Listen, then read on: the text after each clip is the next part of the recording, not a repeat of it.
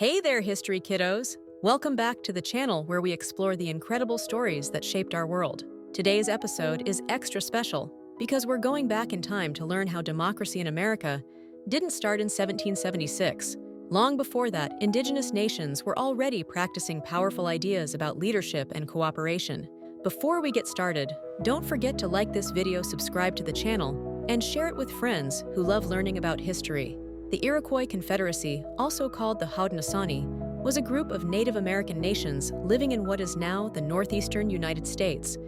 They had strong communities, rich traditions, and advanced systems of government long before Europeans arrived. The original Iroquois Confederacy was made up of 5 nations: the Mohawk, Oneida, Onondaga, Cayuga, and Seneca. Later, a 6th nation called the Tuscarora joined. Each nation kept its independence, but worked together as one confederacy. Before the Confederacy was formed, these nations often fought one another. Leaders realized that constant conflict hurt everyone. So they created a system to bring peace, unity, and cooperation, proving that working together was stronger than fighting alone.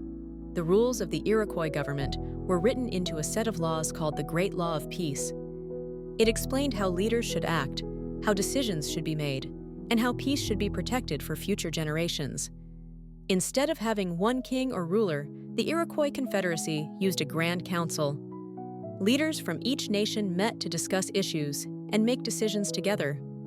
Every voice mattered, and leaders were expected to think about what was best for everyone. Women played a very important role in the Iroquois Confederacy. Clan mothers chose the leaders and could remove them if they didn't act wisely. This showed that leadership was about responsibility, not power. When American colonists were deciding how to govern themselves, some leaders studied the Iroquois Confederacy.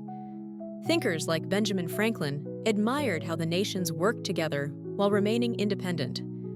The ideas of shared power, representative councils, and unity among different states can also be found in the U.S. Constitution.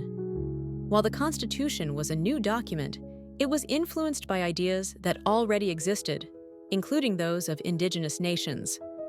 The Iroquois Confederacy still exists today, and its traditions continue.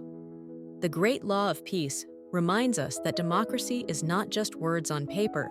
It's a way of treating people with respect and fairness. Thanks so much for watching.